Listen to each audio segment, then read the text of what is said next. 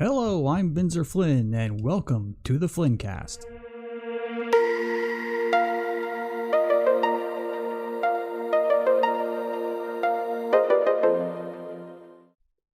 Hello. Juice is like, you gotta pick me up in Fresno, California. They shipped the container to the wrong place. Oh, no, You gotta come and get me.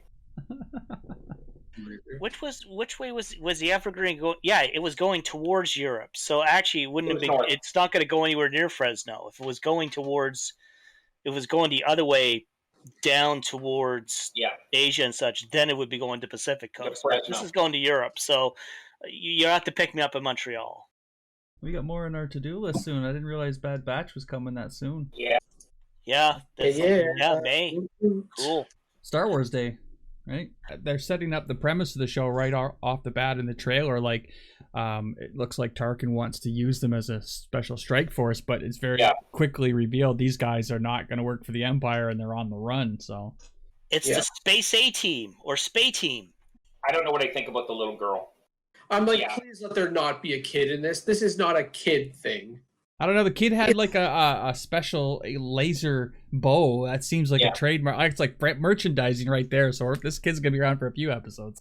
I'm hoping that the kid is just in that first episode, 70-minute, whatever we're gonna call it, double episode, and then we never see it again. Because like, can you imagine like Face and everybody carting around a 12-year-old with them?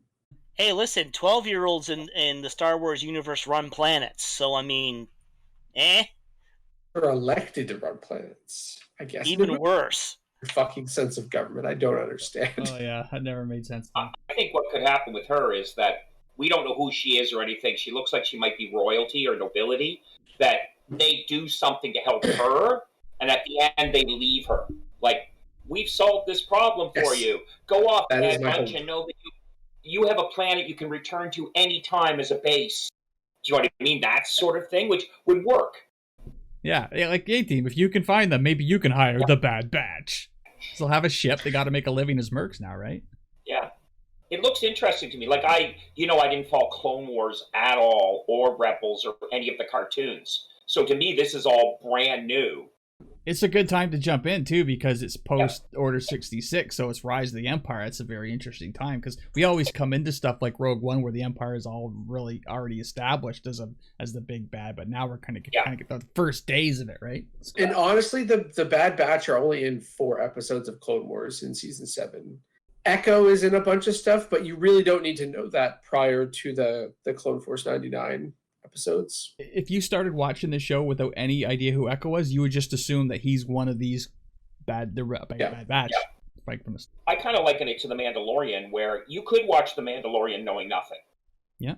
Who's this little critter and what? You know what I mean? Like, it is accessible, I think, to someone who's never watched Star Wars. Because if you don't know the mythology, you can still enjoy the show. But if you know the mythology, you catch all the little Easter eggs, and it just makes the show even better. I do feel, however, though, that The Mandalorian Season 1 was much more standalone than Mandalorian Season 2. I feel like they legit just used Season 2 as backdoor pilots for, like, 3 other things. Yeah. Which, I don't want to say it was bad, because I really enjoyed it, because I'm a Star Wars fan, and I got all the references / am excited for all the spin-offs. But at the same time, there were definitely episodes where the Mando, like where Din kind of took a back seat to the pilot they were trying to do for somebody else's show. Fennec Shan's going to be in Bad Batch, and Ming-Na is voicing her. That looks really cool. Because with the animated version, you can take an actor and get them to do voiceover work in a day. As opposed to, okay, you're now on this show for the next... Do you know what I mean? It would be very easy for them to have cameos. Yeah. And I think that's why actors like doing animated movies, right? Because they could just set up an audio suite in their basement and just, email their file to them. Like, as long as if they're in like a conversational part, as long as they have somebody else to read the other person's lines back to them, then I think you set up an audio booth in your basement and you just literally mail it in. On a bit of a tangent, but still related, did anybody watch the Netflix documentary about the last blockbuster? No, I haven't watched it yet. It's really good. I definitely recommend it. But what's interesting is a lot of the celebrities they interview in it. One of them is the voice actor for Kenobi from the Clone Wars, and it shows what you talked about. It's like his sound setup in his basement. And he's got a bunch of Star Wars stuff up, and he does the Kenobi voice for a little bit. I didn't know who he was at first till he did the Kenobi voice, and I was like, oh, yeah. Just because speaking of Kenobi, they're finally starting to make it. They've announced more cast and stuff. Uncle Owen's in it, young Uncle Owen on Tatooine. And Aunt Beru as well. Yeah. Can you imagine if they announced they cast a young Luke, about how shit on that kid would be? It's like Jake What's-His-Face 2.0. I know, that's what I'm scared of. I have a feeling that it would be handled a lot better now. Like arguably the internet is worse than when Jake What's-His-Face did young Anakin. I can't remember his last name. I keep wanting to say Jake Allen. But the thing was, though, with episode 1 and Jake, it was a terrible fucking movie. It was terrible dialogue. That's why the fans turned on him. But now, it's almost like Star Wars can do no wrong. They've actually made everything's good. You know what I mean? I feel like if they do cast a kid to be young Luke, he's going to get good writing and he'll be held up by the Star Wars. I mean, there's always going to be Star Wars fans that are toxic assholes, but the fandom in general might be like, oh yeah, this kid's a great young Luke. It's so much fun. I don't feel like they'd be as mean to him as Jake Lloyd was because it was a shitty movie. That guy got a raw fucking deal. On a slightly more tangent, I saw a thing today that Sebastian Stan basically said the only way I'm playing a young Luke Skywalker is if Mark Hamill literally calls me up on the phone and says, I'm okay with you doing this. And did you see Hamill's response? No, what'd he say? Hamill said, I have nothing to do with casting. But he wants his blessing, though, and I feel like that's something weird enough Mark Hamill would do. It'd be like he'd call up and be like, all right, go ahead. Yeah. I mean, they've already recast Han, and we know that Harrison Ford couldn't give two shits, so nobody cares, right? Yeah. But if they want to do more post-Jedi, pre-TFA stuff, they really should look at recasting Luke, and somebody needs to play Leia, right? You got to know for a fact that the reason they put the sequels 30 years in the future from the end of Jedi was A, it matched up with the actors' actual ages, but B, that leaves them a 30-year playground in between the end of Jedi and the start of TFA that they can do a whole bunch of other shit.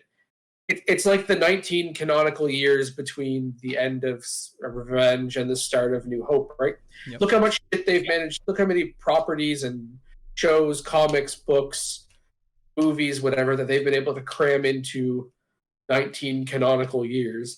Think of what the hell they can do with 30. Look what they got out of Clone Wars, a war that theoretically took 2 to 3 years. 2 years. In real time, they got 7 fucking seasons out of it. So yeah. I don't know. It would have to be a really brave actor to play Luke or Leia. You would have to have your head screwed on so tight, and you would have to just be bulletproof. They need to get Millie Bobby Brown from Stranger Things to play Princess Leia in a prequel. Ooh. That would be fucking dynamite. Oh man, that would be good. I wish I could take credit for that idea, but it's been floating around the internet for a while. But someone mocked up Photoshop, perfect. And then get the kid that's in Stranger Things with the kid with no teeth in the front. Get him to play Luke. I'd watch that. I don't know what you're saying, Leia. I think you're looking pretty good. I'd watch it. Listen, who's my father, Ben? Who's my father? Oh, God. Imagine that. It's just hilarious. But no, seriously, like an adult, you'd have to delete all your social media. You would have to, just not go on the internet because people will destroy you. Because toxic fandom. So I assume everybody has seen the Suicide Squad trailer by now. Looks really fun. If there's anybody that can take a wacky bunch of misfits and turn it into a successful movie, it's James Gunn. Yeah. I love that they've gotten Flag to be less a stick up his ass, and now he's more just one of them, where he's gone through it now and he's like, this is my life. It's all wacky. It's my favorite line, was probably everybody's favorite line from that trailer, when he turns around and goes, you should eat a beach load of dicks. Or you should eat a bag of dicks. And then Peacemaker goes, if there was a beach full of dicks and I was told that was the only way to get peace, I'd say, yes, sir, how many? And I would eat all those dicks. But the word is he's going to be a reoccurring character. He's not going to die. He's supposed to be getting his own movie, I heard. But I think it's going to be brilliant. My call for who dies Weasel's going to die for sure. The Weasel, because he is not a good guy. Polka Dot. Did you know who Polka Dot Man is? He's been in a ton of stuff. I just saw him in an episode of The Flash the other night. He's in fucking Ant-Man. He's in a ton of stuff. Yeah, that's it. He's the hacker from Ant-Man, which cracks me up. There he is getting recycled, which good for him. So he's going to die. Michael Rooker's character is going to die for sure because he's just another Batman. You don't think Peter Capaldi is going to die? Oh yeah, he's going to die a horrible death. Sorry, I didn't consider him part of the squad. So it'll almost be easier to predict who's going to survive. So probably Flag, Harley Quinn, Peacemaker, and maybe Boomerang. You can't kill Sharkov. What about Idris Elba's character? Who's that? Bloodsport. He's the Will Smith stand-in, so he's fine. Yeah. Probably. He'll survive, and so will Ratcatcher. So I want to talk about something that Raptor brought up in chat earlier today. We were talking about this. I kind of want to use it as a segue between Suicide Squad and the Snyder Cut. So Matt was talking about how the difference between DC and Marvel is that Marvel, everything's connected, but DC's trying this thing where stories about the same characters, it doesn't have to be all one big interconnected universe. And I thought that was he has a point because, obviously in the comics, Batman will be in this at the same time he's doing his own, detective stories thing. Well, you think about it, that's not unusual for comics because Batman has 4 or 5 different comics, right? Like he doesn't just have the one Batman issue. There's like Batman and Friends, Batman, the Great Detective. So you can have multiple stories running at once with the same character. And I think, again, I think Disney is going to do the same thing that we were talking about earlier that MC is doing, where you have the small stories and then tentpole. Small stories, tentpole. Because, you're not going to you would not make a movie, Falcon and the Winter Soldier. You wouldn't make that movie. It just doesn't have the oomph. Yeah. But as a limited show, it's great. Because you're getting deeper in. That's why, you see, I liked Ant-Man, because Ant-Man to me was very character-driven. Yeah. Like, you really got to know him. You got to know his crew. Like in Ant-Man, I cared about those people. Let's keep going with Justice League, or as I'm calling it, 10% slow motion superhero movie. First thing that Merida called out. And they did it a lot of slow-mo in the start, so we noticed it right away, and we're like, well, no wonder the movie's 4.5 hours. Look how slow it's going. But in some spots, it was really appropriate, but it was a bit overused. I liked the Snyder Cut. However, I do want to point out that would it have been as good if Zach had to cut the 4-hour theater runtime? Because I found the middle really dragged. Like I was checked out for like a solid half an hour in the middle. And I was just like, I know what's going on, I guess, but I'm looking at my phone because I just don't care. I agree. I think that if that had gone to theaters, the studio probably would have made him cut at least an hour out of that. They probably might have allowed him a 2.5, 2 3/4 hour runtime. But there would probably be, I think, a good solid hour and a half that would have just been gone. So I was watching I'm addicted to honest trailers on YouTube, and I was watching it tonight just to kind of because I wasn't watching it again to refresh myself. No, that's a one-time commitment. 2 if you're really nerdy. And I noticed it pointed out something that oh gosh, what's her name? The chick that nobody likes in Aquaman. What is Amber Heard. I feel like you're gonna notice what I'm about to point out. She didn't have an accent in the Aquaman movie. She had an accent in Justice League Snyder Cut. I actually couldn't tell it was her. I had to be like, Joni, is that Amber Heard? Did they recast her? I didn't think it looked like her at all because she has such redder hair in the Aquaman movie. She's like Ariel from The Mermaid. Well, that's because they moved Atlantis close to the Great Barrier Reef, and she picked up an Aussie accent from being in the water because of the water is Aussie flavored, and it gives her that. Let's throw a shrimp on the barbie, mate. She's not even Australian though. Like, I didn't understand what that. That was some like old worldly, like Middle Earth-esque accent, and I was just like, I swear when I was watching I was like, I don't remember her having this hokey accent, because I would have made fun of her the entire time in Aquaman. Sure enough, she didn't have it. She spoke American, so I guess, at that point Atlantis was still near Hawaii. Who knows? I definitely like the bits that they added. I did feel like having to introduce Flash, Cyborg, and then I guess a bit of Martian Manhunter thrown in for good measure. I thought they had to introduce too many characters to, like, if I think of Avengers, they really only had to introduce Hawkeye, right? All the other characters had been in movies before. And I mean, Hawkeye's in Thor for like 5 minutes, but like Hawkeye's the only character they had to introduce really briefly. But I felt like they had to devote too much plot or runtime to Cyborg's backstory and Flash's backstory. I come down on the other side of that. I think the time spent on Cyborg's and Flash's backstory, Cyborg in particular, was time well spent, because he wasn't. Both of those characters were no longer just comic relief doing booyah and Dostoevsky. Cyborg was, I think he stole the show in this whole movie. He was a compelling character. He was integral to the whole thing, and I was interested in what was happening to him. And as a little bit annoying as Ezra Miller's Flash is, it fit in well with the group, and I like that that was obviously Iris he saved in the movie. So I think the time on them was pretty well spent. One of the things I miss from the original as opposed to the Snyder Cut is the humor. You know what? I know some people put it down, but in all honesty, I actually liked the humor that was injected into the original, because I'll be completely honest.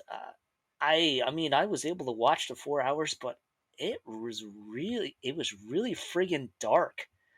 I know that's what he was going. I know that's what he's going for, but sometimes too much of a good thing just puts you off. The jokes never worked. Like, all the jokes that were in the original cut, they weren't funny. Like, it didn't work. Like, for all the jokes that they cut out, Aquaman pointing at Flash like, I'm gonna kick your ass, with no words, that was funnier than the fucking Dostoevsky, So I'm glad that Juice brought up the humor, because that's what I was gonna say. So I feel like Zack Snyder tells a very certain type of story, right? Marvel has kind of baked the humor and the one-liner quips into the universe since Iron Man, basically, right? So we expect the quippy line humor to chuckle at every once in a while. The Snyderverse doesn't really do that. So I found that the humor that I feel like when they got Joss to come in, he kind of painted over the Snyderverse with the Marvel humor brush, and it just didn't work 99% of the time, because that's not what Man of Steel and BVS had kind of set the tone for in the first couple of films. Like, it just doesn't. We're not expecting it, so it was just off-putting.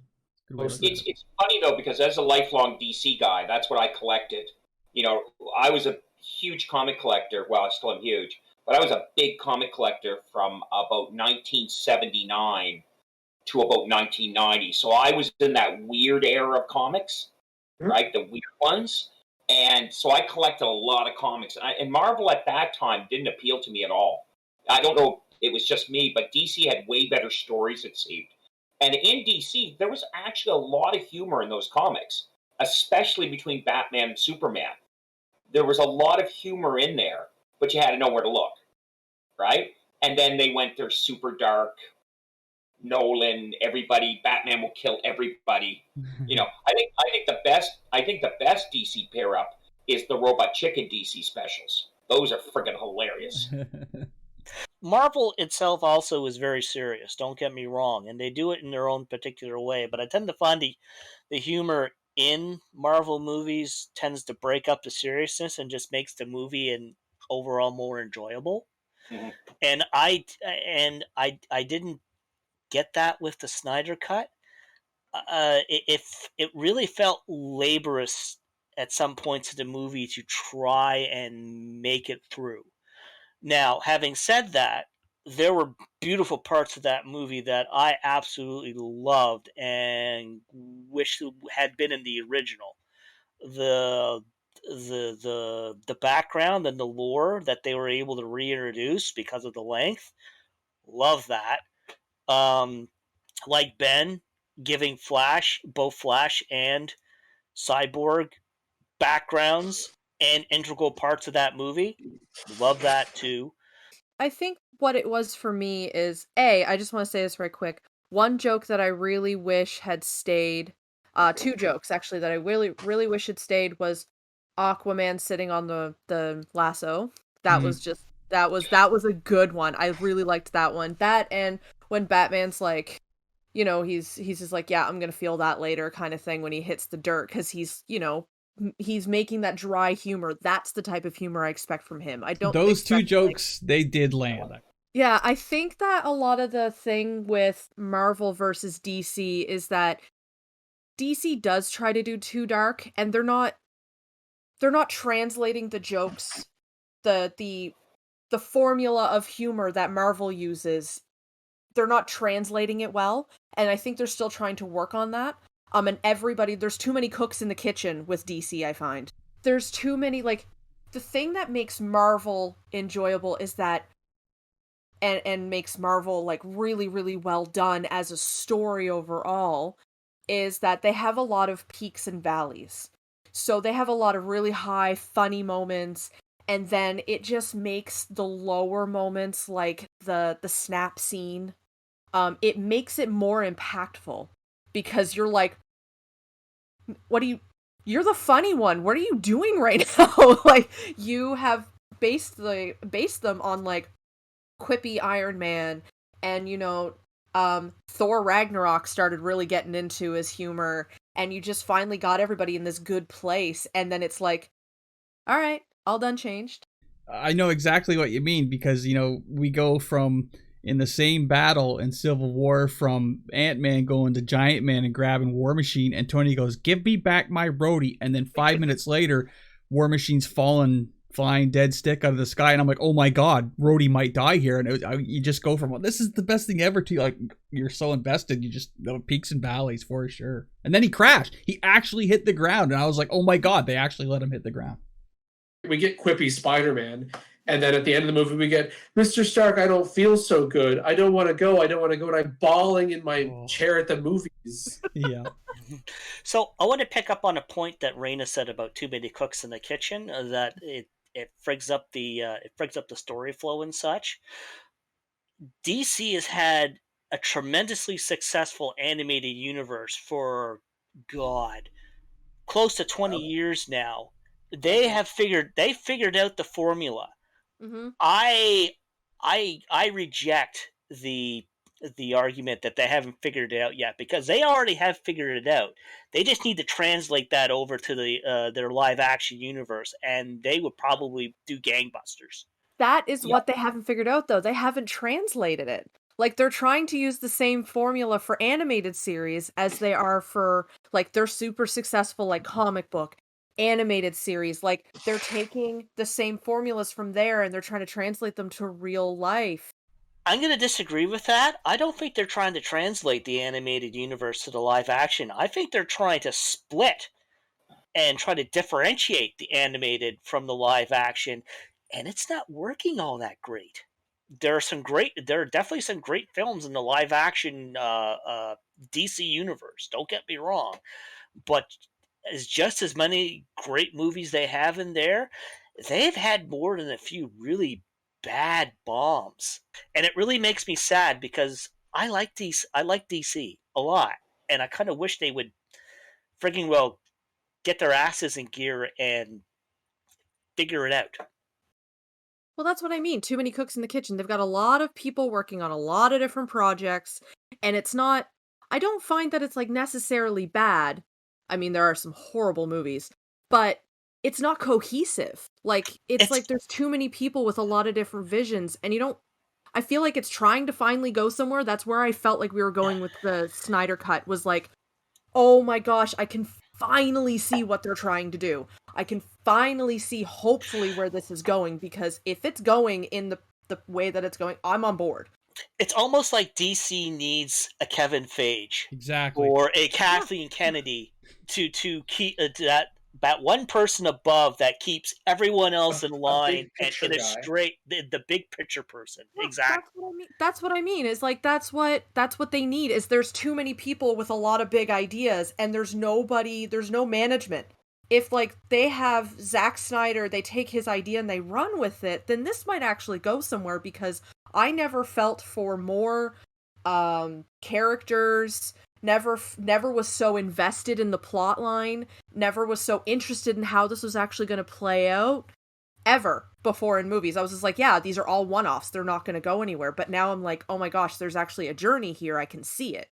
That's what I'm saying. It's like that's why I think Cyborg was a show stealer in this movie, is because like he was so much an important part of it, and I cared about. I never really was that interested in the Cyborg character before. This movie made me more interested in Cyborg, and he said he would return in a heartbeat for a movie, and I would like to see that movie. Didn't Snyder say though, his vision was that the movie was basically a Cyborg movie? Like he was saying that Cyborg is the linchpin of this entire film. That if you didn't have Cyborg, it wouldn't work. Mm-hmm. And I'm really glad, as you folks are, that they did better backstories for Cyborg, right? And that you got to know them better. I really like that. But I want to go back to you talking about Tony Stark for a second. Could you imagine if the original Iron Man had not been played the way Robert Downey Jr. did it? If it was a more serious Batman-like character without the quips? Here's the thing, though. In the comics, Iron Man was always snarky, one-liner, quippy. Could you imagine if they like got Tom Cruise or someone like that for like it wouldn't have been the same? You know what? I cannot see anyone else playing Stark now.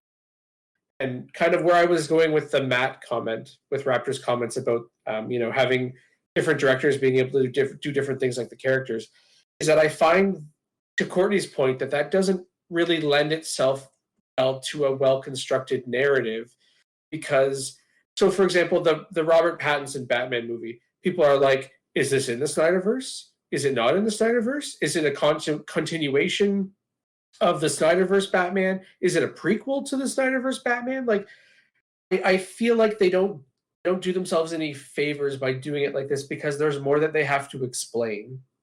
If we want to go back to the 80s and 90s, when none of the comic book movies were connected at all, and you didn't expect a connected universe, then that was easier to tell different stories with different characters. Like you have the Superman movies over here with Brandon Routh or whoever. You have the Batman movies over here with all the 12 different actors who've played Batman over the last 50 years or whatever you want to call it. Like, it was easier to do that in the 90s when nobody was expecting a big interconnected universe.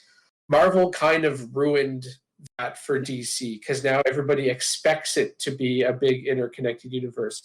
Everybody goes, well, the MCU is doing it. How come DC can't do the same thing? I like how we're talking about the biggest DC movie ever, but we still can't help talking about Marvel.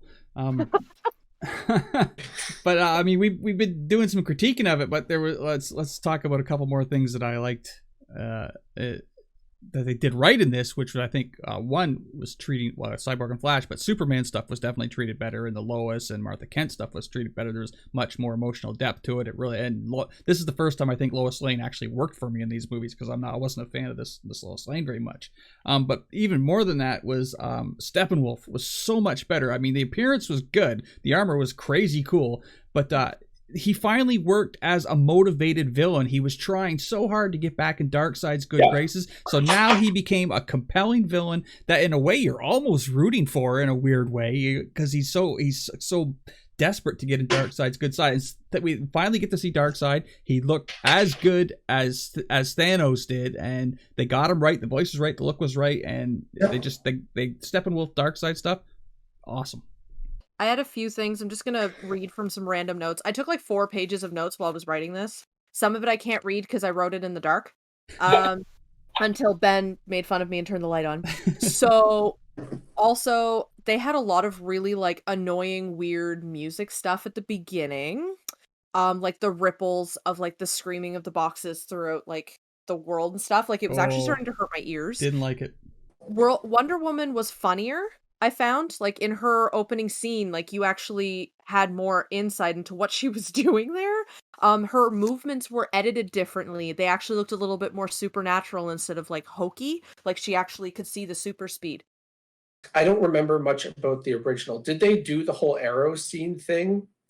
They did a bit. They did a bit, not to the same detail. They kind of just said they didn't talk about the arrow of Artemis. They literally just went and was just like, okay, time to sound off. She'll see it, and then that was it. So the exposition was done a lot more, intelligently, I guess. Unlike that word. With Wonder Woman in the caves, like we actually have like a big bad beyond the big bad. Like you had, I'm gonna reference Marvel again, but you had like what's his face in Guardians of the Galaxy, but he was actually working for Thanos. You had Ronan, Loki. Yeah. So then you have I had a note here. How do they fart in water? How do they cover up farting in water? That's right. They're in a big meeting with the king. Did you just fart? No, my liege. I took notes on important things. The ring lore. They had a note about the ring lore. When one of the Green Lanterns died, the ring disappeared and like flew off to go meet its new owner, which I thought was really cool. It was nice to see the lanterns. Creepy psychic spiders. Didn't like those. Creepy moment for Barry with the hot dog stand and the iris and everything. More slow-mo in capital letters. You mentioned the lanterns there. Also, I remember when we watched it, I commented on how cool it was to see the old gods in action, like Ares and Zeus. Oh my God, Ares! Almost. I'm actually was impressed that Ares was the one that almost killed Darkseid. He was almost the big hero. Yeah. You could now take that part and make a whole movie because the gods exist in DC, so you could make a gods movie. I was really excited because I'm a huge Jack Kirby Fourth World fan. Oh, yeah. With Jack Kirby's incredibly insane Darkseid and stuff. Do you know who Darkseid was patterned after? No. Richard Nixon. Oh, really? Not a word of a lie. And you know, Glamorous Glemus or whatever, the guy that works with him with the gold hair, and he's a huckster. He convinces people of things. Yes. Billy Graham. Wow. I was reading that just the other day because like I said, I love that world, the Jack Kirby world of the Darkseid and Mr. Miracle and Big Bertha and all the bizarreness that makes no friggin' sense. Yeah. William Dafoe with long hair did not work for me. And I'm sure I know you probably want to talk about this, but the nightmare scene between Batman and the Joker. Most of that we'll leave that to the end. Did not work for me. No, honestly, no, it didn't work for me at all. You know what I have to say? My favorite appearance in the film, bar none. Watched it 4 or 5 times, rewound. There was an extended scene of Superman wearing my plaid shirt that I bought. Oh, I made a comment. I was like, "Is that the shirt Apollo bought?" Like, yeah, I think so. There it is. I'm like, there it is, baby. That's my shirt, baby. Getting into Flash a little bit, I felt like his personality was a lot more truer to the comics than the CW show, so I was really liking his snark and his like light humor and his sarcasm. I felt that there was, I'm just kind of rolling through my notes here. I felt that there was an unnecessary butt shot on Wonder Woman's part. I saw it and it was so obvious. It's like it just comes right up from and you're like, really? Was that the angle that needed to be? No, that wasn't the best angle. And Wonder Woman is treated as a proper threat. Like she does some serious damage in this movie, and it's really nice to see because I felt, she was Whedonized, which is weird coming from the fact that he created one of like the strongest female characters in like any sort of TV to date, like with Buffy and stuff. For me to be like, Wonder Woman was Whedonized, meaning she was made to look weaker. It's a weird thing I'm still working through. Also let's talk about Martian Manhunter. Oh, I loved it. Cool. Didn't need to be there, but loved that he was there. I didn't know he was going to be there. Mm-mm. I was expecting the Lantern at the end. I was not expecting him. Much less played by that actor from Blacklist. I love that actor. The actual team bonding. Part 5, I made a note that there was I enjoyed the actual team bonding and the team building. Like, they're working together. You can see them kind of interacting. And you get a backstory. Again, we were talking about backstory of, like, the Atlanteans versus the Amazons. And you actually get why it's such a big deal for them to work together instead of just jamming them together in like Whedon's Justice League. Yeah. And I'm hesitant to even call it the original Justice League because it's just one version. And it's not the good one. And you actually get, once they start working together and start trusting each other and depending on each other in this group dynamic, you're like, this is a big deal. This is big for them to overcome because they're like enemy communities essentially. I love the resurrection scene in this. Like, they did the setup for it and they brought the pieces together and they explained why it would work. And I felt like that was one of the most necessary scenes because before it was just like, let's just jam this stuff together and boop, he's back. And you're like, but wait, what? I have a lot of questions about that. So that resurrection, that whole resurrection angle was completely different from Josh Snyder. With Josh, you got Josh. I'm sorry. Half of the team didn't want anything to do with it, but grudgingly went it wrong because they realized Superman's the only one that's going to be able to actually help and beat this super bad. And the other half are like, yeah, let's go for it, woohoo. In Snyder's version, basically everyone comes to the same conclusion, and they actively all work to do this. And one thing is that I found was really different from Joss's take was Cyborg's father, like, dies. And that was not a thing I was expecting. I wasn't expecting it to deviate quite that far from the original plot. Like, that's killing off a character who was still alive at the end of Whedon's. I think, can we all agree that we like this version better than the old version? Absolutely. Mm-hmm. Night and day. There was more I liked about it than I disliked about it. A caveat that without the Joss Whedon version, we never would have got this version. Because if the Snyder Cut had gone to theaters, they would have had to cut 4 hours into like 2:15, 2:30, right? So it's kind of a blessing in disguise, I guess. Like, I don't. Necessary evil. Yeah, exactly. I get what you're saying, but isn't it something now that after all these years of the release the Snyder Cut and people making fun of people that did the release, I didn't because I didn't care, but people doing the release the Snyder Cut and pushing and pushing and pushing, and so much of fandom kind of making fun of them, saying, oh, you people are a bunch of idiots. Why are you wasting your time? And then it produces a product like this. It's kind of scary. Because now you have to stand back and go, how much influence will production houses give to personal opinion? Are we going to get to the point where they're going to actively focus group movies, where they'll say, hey, we've got Mortal Kombat coming out. Which of these two Scorpions do you like better? Will we get to the point where they're going to say, hey, we're casting for this new movie, a space movie. Who do you like better as captain? And they give you two actors and you vote on who's going to get the role. I see this coming. I personally think the Snyder Cut's going to be a one-off, and it was a one-off, and it was allowed to happen because of the set of circumstances that happened in the last couple of years. We had a pandemic that basically destroyed any an entire year's release schedule, a year and a half release schedule. B, the move towards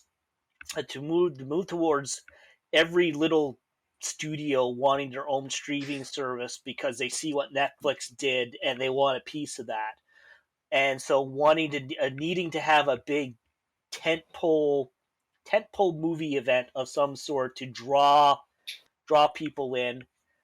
This and plus, and with the circumstances with the original movie, with Snyder having to leave it and Joss coming in to do it, and with all that extra footage out there, I think all that just came into a perfect storm to be for Warner Brothers to say, let's let Snyder finish this thing off and put it on HBO Max so we can get a whole shitload of people onto our streaming service.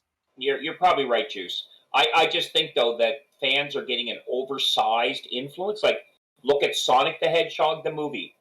Remember that when they released the first stills of him and people just went, absolutely not. I am not going to that movie. And they had to redo the whole thing. And then once they did, people saw it. And I was one of those people that went and saw it. I liked it. So there you go. So we got to part 6, which was called Something Darker, and to which I quote Vinzer when I say, yes, because DC has been keeping it light this far. Ryan Choi. Did anybody pick up on that name? Thought that was really cool. I had to look it up, but that's cool. I had to look it up. Who he becomes, so that's cool. Yeah. The Atom. The other Atom. And then, of course, we've got Deathstroke. Nice appearance. Fuck, he looked good.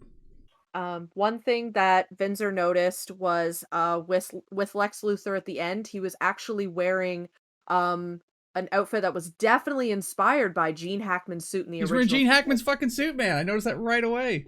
Yeah. It was awesome. That was such a great homage. It was. As an old man, I just went, "Where's Otis? Where's Otis?" I know, right? This is I should have had him running in the back. I'm right here, Mr. Luthor. With a newspaper. Yeah. That's so good. I love Ned Beatty as him. So that kind of brings us to the dream sequence, which honestly I thought should have been like an after credit. I honestly was ready for that movie to be over. Like, it felt like you were like, oh, it's ending, and then you're part 6, and you're like, oh, okay. And then you're like, cool, now it's over. Now part 7. For the love of God, people, come on. I hated the dream sequence just as much as I hated the dream sequence in Batman vs. Superman. It makes no sense. And then the bit with the Joker at the end was just dumb. Like, it just didn't work. Like, Batman's like, I'll fucking kill you. And I'm like, that's not what Batman says. I gotta admit, I love that. I really did. One confession, I actually have never made it through Batman vs. Superman. I have fallen asleep every single time. Both cuts, can't make it through, so I have absolutely no idea what of this relates back to Batman. It doesn't matter. Anyway, we got to move on to Falcon and Winter Soldier. Do we have any final thoughts for Snyder Cut? Thumbs up. Ooh. They still shouldn't have used Jared Leto's Joker. I don't like him as Joker at all. Actually, it would have been a really nice way to bring in Joaquin Phoenix's Joker. I would have been That okay would have with been it. interesting. Because that's my favorite version of Joker outside of Ledger. They really could have fucked with us and did a deep fake of Heath Ledger sitting there. Our heads would have exploded. Oh my God, the Heath Ledger one in there? That would have been amazing. By using Jared Leto, it now directly ties it together with Suicide Squad. So, and the Harleyverse, or whatever you want to call it. What did we think? I like the buddy cop vibe that we're starting to get a little bit with this. Sure. I like that they're starting to address Bucky's trauma, where the first episode was just Bucky in therapy, which I think was important. I think it was important to address that about why Bucky is the way he is. He's got like severe PTSD. He lives on the floor, and so I think establishing that. So I found the first episode honestly a little weak. I liked it, but then the second episode was seal it with a kiss, baby. Mm-hmm. I am on.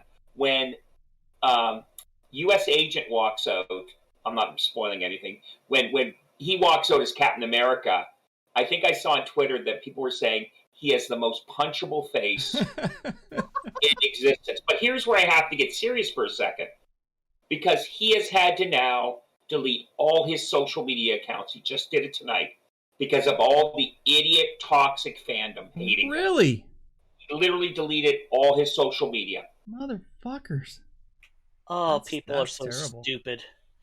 I actually got I don't want to say upset, but like disappointed in a friend of mine. So it came out today. So his name's Russell. His last name's Russell. What's his first name? William Russell. Like that? Wyatt. So he's Kurt Russell's son. And Goldie Hawn. Right? I'm sorry, Vinzer, you know that he's Kurt Russell and Goldie Hawn's kid? No, I haven't been very... The only thing I've seen this guy in was that Black Mirror episode where he was that annoying playtester, but I didn't know who he was until now. That's great. When you see him in profile, you will go, Kurt Russell. It came out today that he admitted that he's never seen another Marvel movie before. Even the one his dad's in. Like, he didn't see, like, he's never seen Guardians 2, but that his dad is in. Actors never watch movies, though. They make them and move on, right? Like, he went off on this tangent that he should never have been cast for this role because there's no excuse to not having seen a Marvel movie at this point. And I'm like, that's kind of dickish. Just because you've never seen a movie actors act. They don't need to see, I don't know what Marvel movie we're on right now, but they don't need to see the last 30 hours. If they're not into it, they're not into it, right? Like, they shouldn't have to go. If you're a new actor in the Marvel Cinematic Universe, you should not be required to go back and watch the last 30 hours worth of content, right? Who cares? He's being a bit of a snob there, I think. I mean, look at Harrison Ford. He fucking hates Han Solo. He didn't want to come back. I think the only reason they came back is they said, we'll kill you off and you'll be done. He's like, all right, good. But he's fucking, I don't even think it's about the money for him. It's he got on the team for a last thing, but he doesn't like the role. He doesn't watch the movies. If you, they said, who shot first, Han or Greedo? He's like, who gives a shit? And no one rakes him across the coals, but we're going to crucify this poor fucking guy who's playing. And I know U.S. Agent's supposed to be an unlikable character, but I think we can all agree.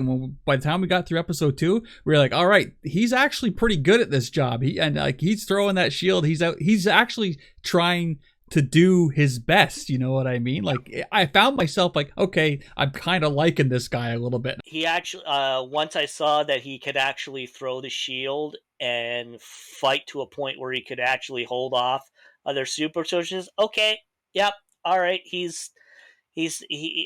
might be Wish Captain America, but at least he's not the Wish Captain America that like breaks the first time you use it. You will have to use.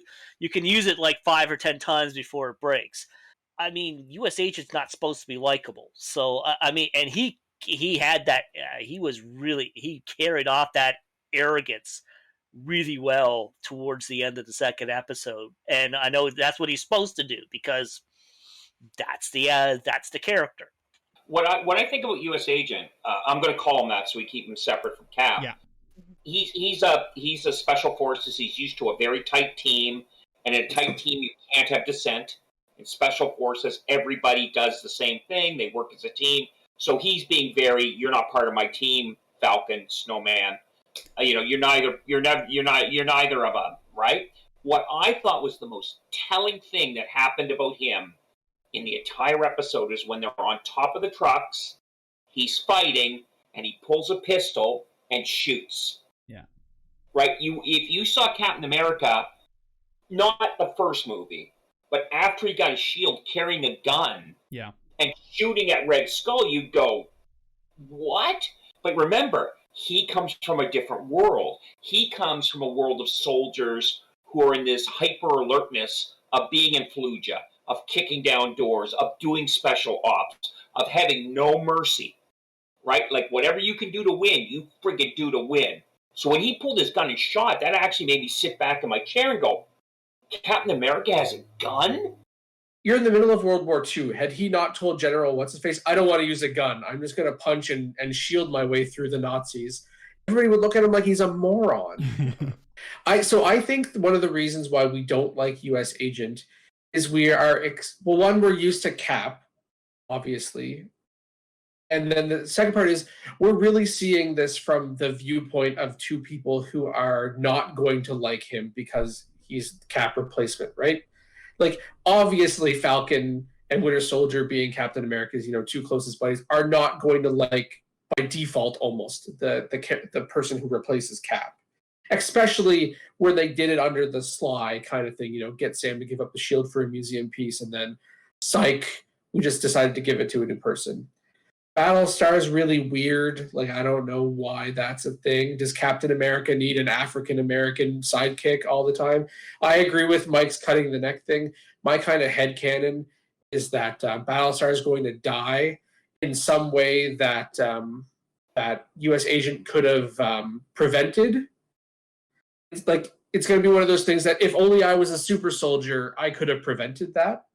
And that's what's going to get him on the drive to go, track down the Flag Smashers and grab some super soldier serum. And then it's going to be a little Abomination type thing from the Hulk movie where it just makes him kind of rage out a little bit. That's kind of my theory.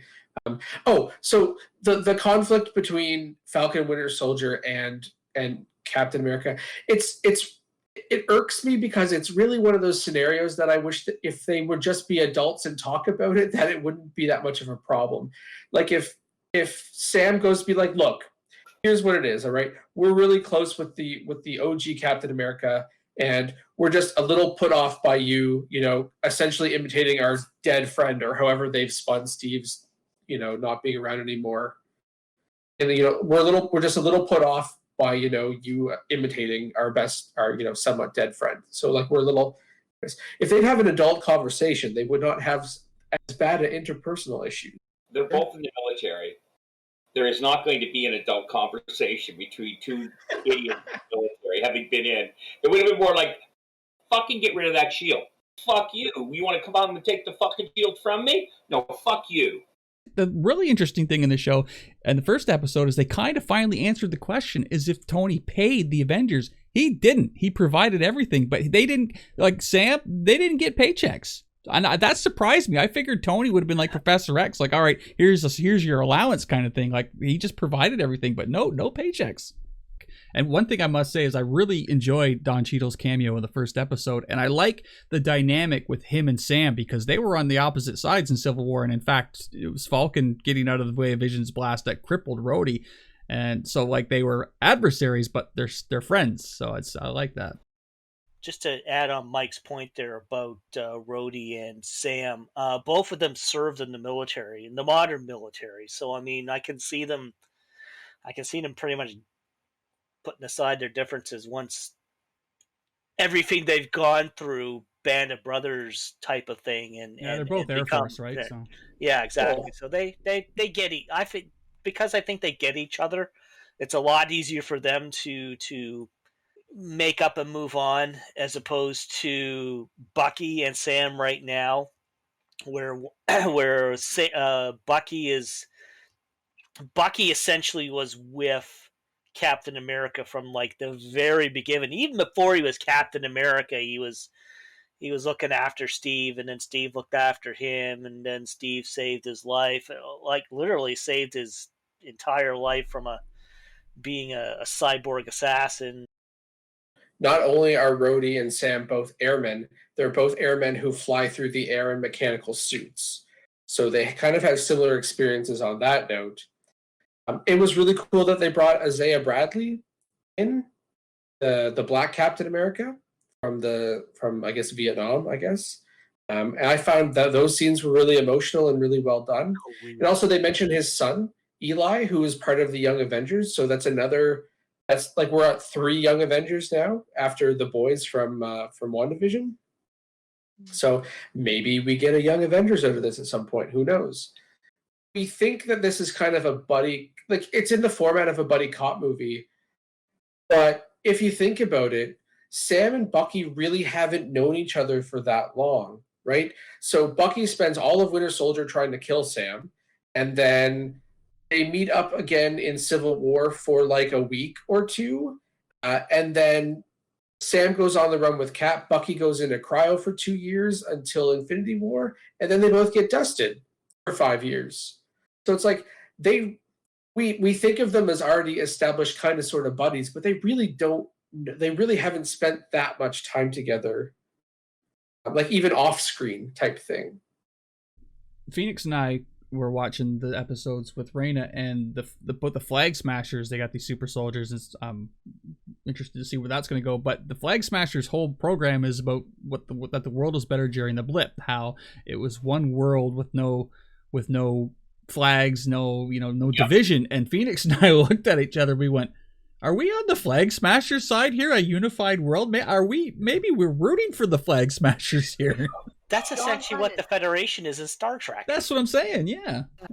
And that's the interesting part of it. Okay, I want to get a little bit deeper now. I really appreciate the fact that they are addressing the challenges that African Americans have in their everyday life. I think it is fantastic. The idea that he can't get alone even though he's an Avenger. And you can look at it and go, well, you don't have any... No. If he was a white Avenger, he would have gotten a loan. But he would have made it happen. Yep. The idea that, there they are standing on the street and the cops show up and it's like, is this man bothering you? Is this man bothering you? Did you, that scene, did something not feel right about that scene where they were? What was happening? Do you realize where that was filmed? No idea.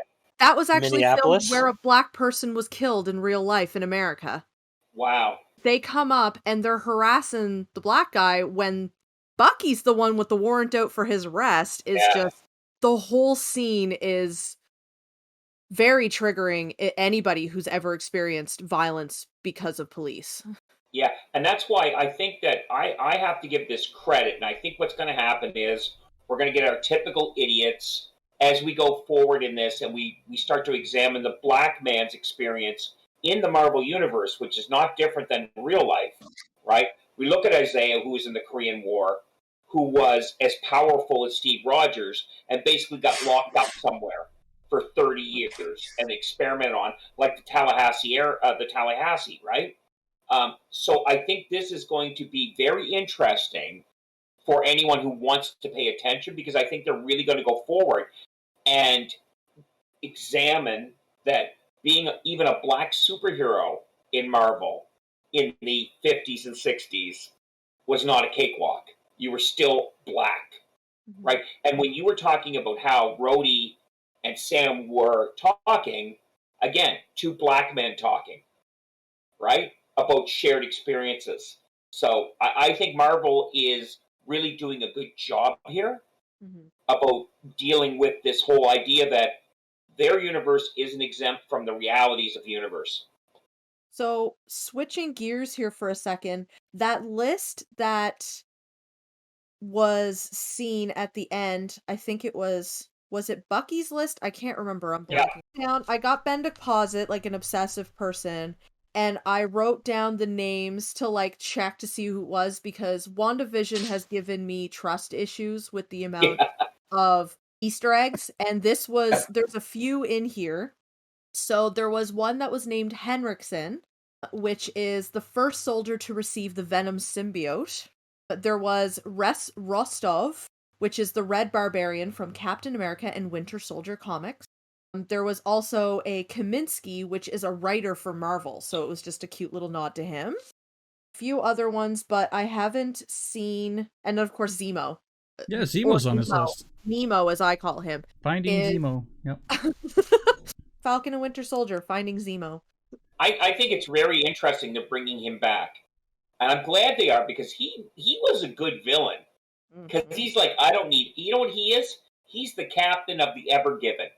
He's like, yes, go do your giant plans about how to destroy the world. I'm just going to put a boat into the sand. Thank you. Look what it did. Global chaos. Because all he was, I'm just going to let them fight it out themselves. Good luck, boys. He was a Spec Ops soldier in Sokovia, but again, he was just a guy. He wasn't a super or anything. He just... And I love the end of that episode when he's like, I have to go see him. And it was almost like in Profile where you see his head go up. Like he knows someone's coming to see him. Yeah. I think this is going to be a really good series. I really, truly do. One thing, and it's kind of a throwaway, and I don't think a lot of people picked up on it. But in the scene where the Flag Smashers are loading that airplane, they outright mention the power broker, which would be an interesting introduction to this post-blip universe. And then two, I'm actually wondering, is Zemo going to be a villain? Or are they going to have to spring him out of his jail cell, for lack of his jail cube? And that's what, is he going to be a reluctant good guy? We just assumed he was going to be the bad guy, right? Maybe not. I figure they treat him like Hannibal Lecter. They're visiting him in jail. They need to get insight as to how these guys are working, and he's going to cryptically, backhandedly, after trying to get those two to go after each other, he's going to give them some sort of clue to keep on going into their next part of the adventure. They might bust him out and have to conceal his identity, hence the silly ski mask. I think that he's going to be like Joe Pesci in the later Lethal Weapon movies. He'll be like, okay. Hydra base. Listen, Hydra base. A base. Okay. You know, you've got two main protagonists. You're going to have two main antagonists that are going to be matches for them. So you could have, you know, Bucky, who the US agent would be a smart one once he's all souped up. That would be a nice final battle. And then you have like the side story of the Flag Smashers and whatnot. And then you have Zemo, who is probably deadly in his own right. You're all right. That he might be a match for Sam. So it could be like that could be leading up to the final battle, but who knows with Marvel ever. Here's the thing, what we don't know, at least I don't think we do, was Zemo snapped? Because if he wasn't, he's had 5 years in jail to come up with a plan. He might be behind the Flag Smashers. Like, he could be mastermind. Yeah, it's like Hannibal said in A-Team, you give me a minute of good, an hour I'm great. You give me 6 months, I'm unbeatable. So maybe Zemo's been cooking something up for 5 years. Never thought of that. What if he did snap, and when he snapped back, he snapped right back into the cube? Like, can you imagine how unfortunate that would be? You know what? That leads me to the segment I wanted to get to tonight, the snap ramifications nobody talks about. Oh, God. Let me, as a navigator who has studied the motion of the planets, etc., you know me, I know science and shit. Here's the thing. If the snap really did happen, okay, and those people disappeared, and then they come back, the entire Earth is not in the same position it was 5 years ago. So they may wake up on fucking Jupiter. Hey, right? That's the return of people because the solar system's moving through the cosmos, right? It's like when you do navigation, everything moves. So the idea that, wait a second, what if they were in a plane? No, the entire planet has passed them by. They will be in probably vacuum of space. And then a year later, we'll pass through them, and there'll be like a billion meteorites going, oh, look, that one burned up. Oh, that's pretty. Well, I think that's grandma. You know, I was thinking some very more down-to-earth, innocuous type things, but man, you just fucking went right to fifth gear on that motherfucker. That's great. Let's take away the Earth won't be in the same spot. Let's pretend the Earth is in the same spot, and boom, they're back. What happens? A huge humanitarian crisis about how do you feed half the Earth again? No, that's boring. Let's talk about how you were fucking your woman when you disappeared, and then you came back, and she's at work, and then you're like, and she's on her desk, and like, you're fired. She's at work. And then he suddenly gets undusted. He's like probably half a foot off the ground with a huge boner, and then suddenly falls on the bed flat because he's not in anyone anymore. Wait. So if he comes back exactly where he was before, yeah, yes. But like, if he, gets snapped back in the exact same spot, if he's in his partner, is that the exact spot that he is, or is it in the position in his room? I think it's a geological location from which you disappeared.